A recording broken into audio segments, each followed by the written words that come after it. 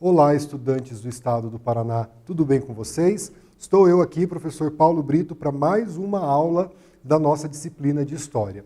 Antes de começar a nossa aula, aquele recadinho que você já sabe, não esqueça de clicar na atividade obrigatória número 1, responder a atividade e enviar para o seu professor, assim você garante a sua presença na aula de História, beleza?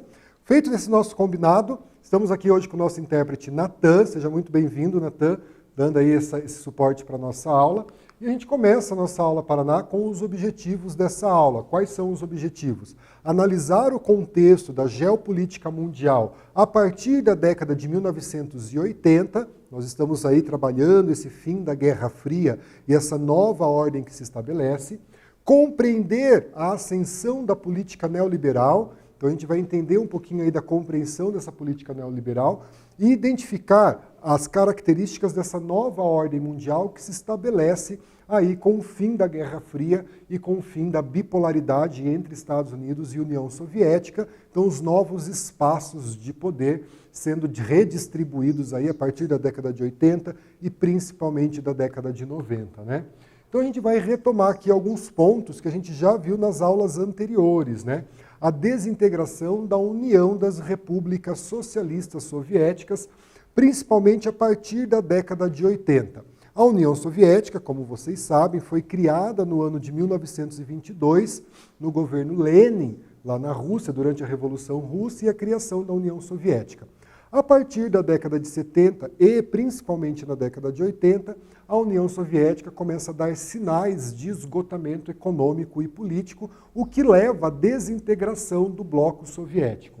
A chegada do Gorbachev ao poder, a gente também estudou um pouco sobre isso, né? O fim da era Brezhnev na Rússia, na União Soviética, e o Gorbachev e um novo grupo de lideranças soviéticas chegando ao poder. E as reformas propostas, né? A Glasnost e a Perestroika, a abertura política, a abertura e a transparência econômica e política dentro da União Soviética. E, a partir de 1991, nós estudamos a formação da Comunidade dos Estados Independentes, a chamada CEI, ocupando aí, então, parte desse espaço geopolítico deixado com o fim da União Soviética. Esses são assuntos que nós já trabalhamos em aulas anteriores, a gente retoma para dar início na aula de hoje, né? Nesta aula nós vamos estudar a ascensão dessa política neoliberal, do neoliberalismo, e nós precisamos entender quais são as características dessa política neoliberal. Os governos neoliberais, principalmente nos Estados Unidos e na Inglaterra, então nós vamos ter dois dirigentes desses países que colocam em prática na agenda mundial as políticas neoliberais, e o que foi o consenso de Washington. Então a gente já tem aí esses objetivos da aula de hoje, né? Então a ascensão do neoliberalismo. A partir da década de 1980, paralelamente ao desmonte do bloco soviético, né, a esse esgotamento político e social do bloco soviético, principalmente aí com os gastos que tiveram na corrida espacial, com os gastos que tiveram nessa corrida armamentista, esse bloco soviético começa então a dar sinais de que ele não tinha mais condições de manter a sua política econômica abarcando aí nações de praticamente todos os continentes. Isso é marcado, portanto, com a ascensão das políticas neoliberais, a supremacia dessas políticas neoliberais no contexto geopolítico mundial. Políticos, analistas e grupos de interesses passam a atacar o envolvimento do Estado na economia. Então a gente precisa relembrar aquelas ideias do liberalismo do Adam Smith, do liberalismo econômico do Smith, que o Estado não deve intervir na economia, que a economia se autorregula pela lei da oferta e da procura. Então o neoliberalismo vai resgatar esses princípios, vai trazer princípios novos e daí a gente tem essa política chamada de neoliberal. Contrários à política de bem-estar social, essa política de bem-estar social ela foi posta em prática na Europa pós Segunda Guerra Mundial, em que o Estado garantia alguns elementos sobre o bem-estar social dos seus cidadãos, né?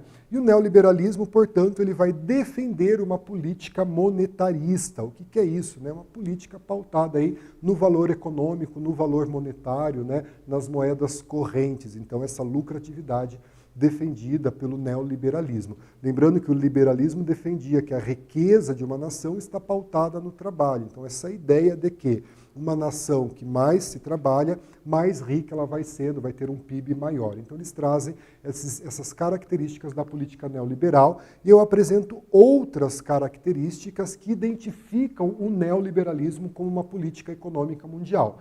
Então, há um controle inflacionário. Então, os países vão buscar aí medidas econômicas para controlar a inflação. A inflação é essa subida dos preços, né? A redução dos impostos, uma vez que eles defendem, né, o fim do protecionismo alfandegário, né, o fim das barreiras econômicas que os países impõem às importações, então uma redução dos impostos, a contenção dos gastos públicos, por isso que criticam um estado de bem-estar social, essa ideia de passar para a iniciativa privada vários setores da economia do país, né? Então, a privatização das empresas estatais, isso no Brasil, fazendo uma análise do Brasil, essa política liberal esteve muito presente na década de 90, nós vamos ter aí a privatização de várias empresas neste período, por exemplo, não diferente aqui no Paraná também. A desregulamentação dos direitos trabalhistas, uma das características do neoliberalismo, a quebra de barreiras alfandegárias, então você diminuir os impostos que você cobra dos produtos importados. Então aí são algumas das principais características que o neoliberalismo nos apresenta aí na década de 80, na década de 90, que vai reorganizar o espaço geopolítico de poder econômico com a desintegração e o fim da União Soviética em 1991. Essas ideias neoliberais, elas são propostas por dois economistas, trago aqui, né, o Friedrich August von Hayek e o Milton Friedman, que trazem essas características que nós vimos, esses tópicos de características, para serem implementadas pelo governo, né? E eles vão ganhar o Prêmio Nobel de Economia em 1974, o Friedrich August, e em 1976 o Milton Friedman, para ver a importância que foi dado a esses dois pensadores com as suas ideias neoliberais, né? Então a ideia era que os estados e os governos eleitos nesses estados, nesses países, passassem então a incorporar essas políticas, essas características do neoliberalismo dentro dos seus países, pondo em prática então esse papel menos interventor do Estado, a redução dos gastos públicos, né, a privatização das empresas públicas, tendo essas características do neoliberalismo. Nós temos uma primeira atividade aqui para fazer, é uma atividade da Mackenzie, adaptada para que a gente possa fazer, sobre o neoliberalismo, corrente política e econômica inspirada no liberalismo clássico, do Adam Smith, em clara oposição ao keynesianismo. Os itens que correspondem a essa doutrina são, então nós temos o item 1, 2, 3 e 4, vocês vão fixar nessa tela, vão aí fazer a leitura dos itens e marcar aqueles que fazem, então, relação com o neoliberalismo. Vou deixar aquele tempo na tela e no retorno a gente faz a correção, beleza?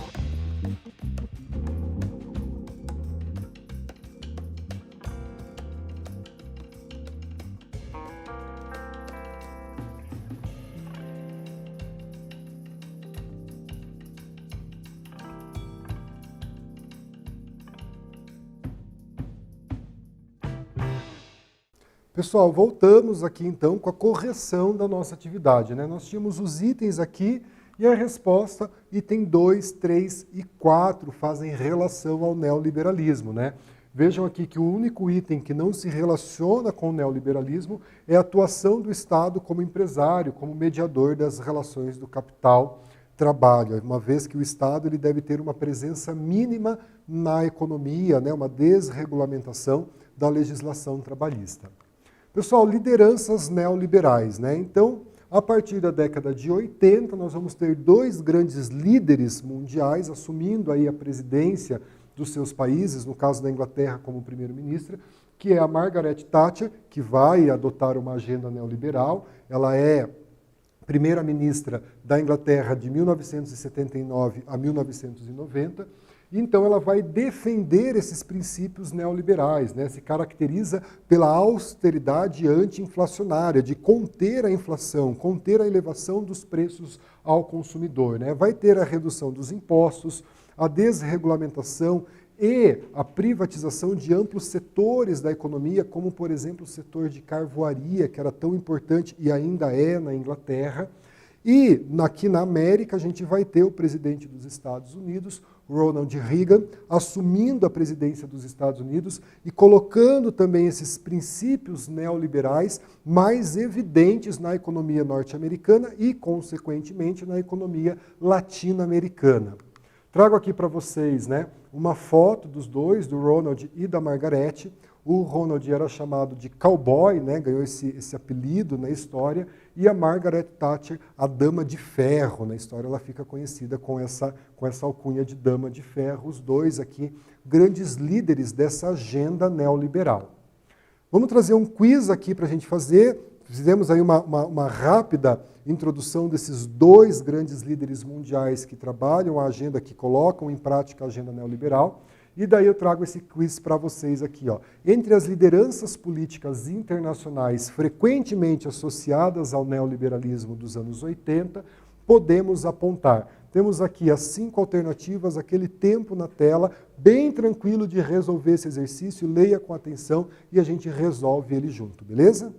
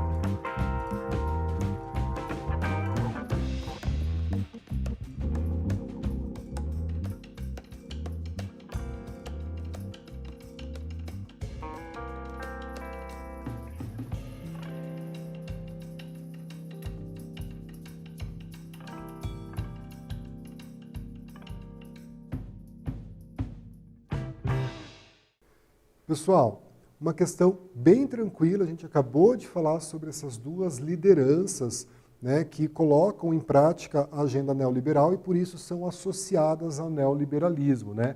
Resposta correta, Margaret Thatcher e Ronald Reagan dos Estados Unidos, né? Ele traz ali alguns outros nomes que não fazem essa relação direta com esses políticos de agenda neoliberal, né? Então, o mundo neoliberal, como que se organizou? A gente começa a falar aí dessa nova ordem mundial, como que se organiza essa nova ordem mundial, como se organiza esse mundo a partir, então, dessas políticas neoliberais implantadas principalmente com o fim do bloco soviético, né? Então, vai acontecer uma intensificação das desigualdades sociais e de concentração de renda junto a uma pequena parcela mundial. Isso é uma das consequências dessa agenda neoliberal. A comunidade financeira e os grandes investidores, os grandes grupos investidores, tiveram ganhos visíveis durante esse período, pois a contenção da inflação possibilitou aí um aumento do poder de compra da população, que passou a consumir mais, e essa elevação de juros que favoreciam os bancos e grupos de investidores. Empresas de tecnologia e telecomunicações tiveram grande vantagem aí com a integração do mercado. Um destaque para isso é a internet, que a partir de 1995 ela se tornou de uso civil, né? Até a década de 90 ela era utilizada dentro do uso militar nos Estados Unidos, e a partir de 95 a gente vai ter aí uma expansão das telecomunicações, chegando hoje numa comunicação muito rápida, como a gente tem aí através de aplicativos, redes sociais e de outras formas de comunicação, né? Junto à indústria de alta tecnologia, o setor terciário tornou-se dominante nos países. Setor terciário é o setor de serviços dos países, né? Então a gente tem ali aquela ideia do primeiro setor, do segundo setor e do terceiro setor. Há uma expansão do setor terciário, do setor de serviços, né? A globalização estimulou o deslocamento de empregos, né? Então a gente pode aí pensar nos empregos globais, né? Dos países desenvolvidos para os emergentes. Então era comum que grandes empresas multinacionais, neste período, se instalassem em países em desenvolvimento, principalmente devido aos baixos salários pagos nesses países em desenvolvimento. Então foi comum esse movimento de deslocamento dessas empresas, abrindo as suas filiais em países emergentes, como por exemplo o Brasil, né? E a expansão da internet, que vai dinamizar esse setor de serviços e comércio e que dinamiza nos dias de hoje, né? Então a gente tem aí a utilização de aplicativos que auxiliam e resolvem alguns problemas da nossa vida, de transporte, de alimentação e de tantas outras questões que a gente usa a internet, inclusive, né, para comunicação, aí, as nossas redes sociais. O mundo neoliberal e o trabalho. Como que eu vou pensar esse mundo neoliberal e o trabalho, né? Os trabalhadores, num primeiro momento, eles vão ganhar com o controle da inflação. Aqui no Brasil, por exemplo, no final dos anos 80, a inflação chegava a 1.700% ao ano. Isso significava que os produtos eles cresciam o valor 17 vezes ao longo do ano. Com uma agenda neoliberal, principalmente aí a partir do lançamento do Plano Real em 94, nós vamos ter um controle inflacionário que favorece esses trabalhadores, uma vez que permite o maior poder de compra. Porém, a gente vai ter um aumento do desemprego nesses países, né?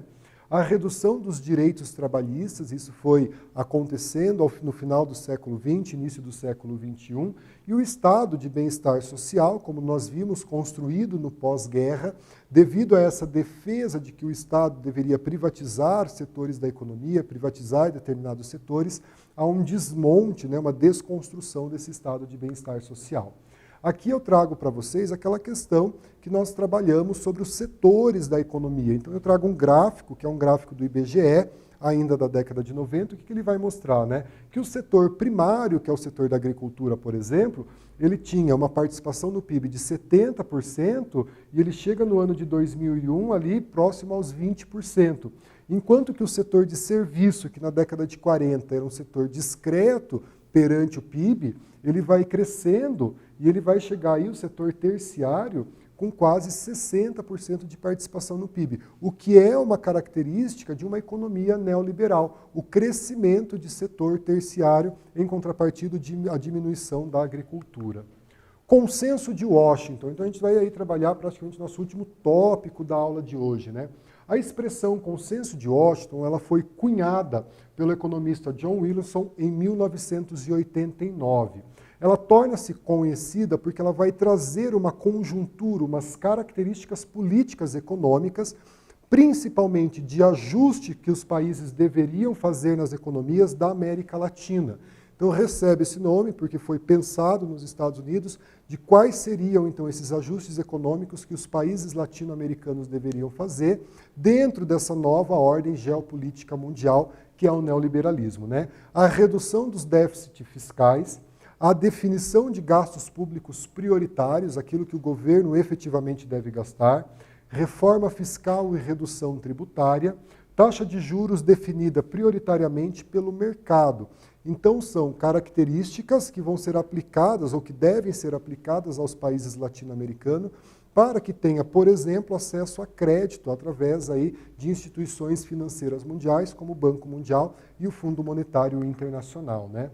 A taxa de livre câmbio, então isso aconteceu no Brasil na década de 90, né? O câmbio do dólar ele se tornou flutuante, antes havia uma paridade, $1 custava R$1, e o governo liberou a taxa de câmbio, né? Então isso agora, o dólar hoje, ele é definido através da entrada e da saída de dólares no mercado brasileiro, a gente define o preço do dólar. Assinatura de tratados internacionais visando a liberalização dos mercados, a redução dos impostos, né? Privatização das empresas públicas e a adoção de uma atitude positiva para captar investimentos estrangeiros. Então, você abre a sua economia para os investimentos estrangeiros, desregulamentação do mercado, visando a concorrência, a livre concorrência de mercado e a garantia dos direitos de propriedade privada. Então, foi uma série de medidas que os países latino-americanos deveriam, então, adotar para ter acesso aí a crédito e a outros programas, né? Trago aqui para vocês um exercício do Enem de 2015, como que esse conteúdo que a gente acabou de aprender, acabou de discutir aqui, ele aparece no Enem.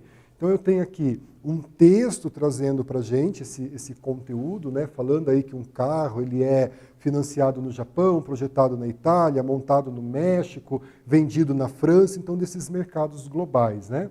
E a partir daí eu tenho as alternativas para que a gente possa responder. Façam a leitura do texto, façam a leitura das alternativas, aquele tempo maroto, e daí a gente volta e faz a correção juntos, beleza?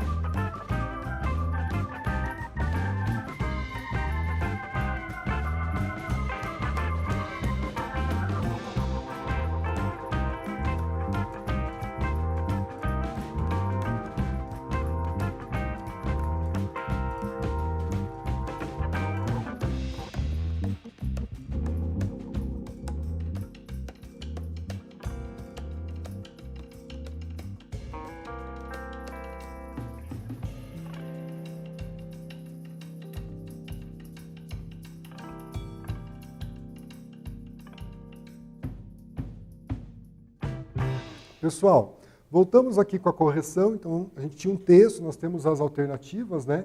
A organização em rede, tecnologia de informação, alternativa letra D, para você marcar aí e fazer a correção das suas atividades. Pessoal, nas nossas considerações, né?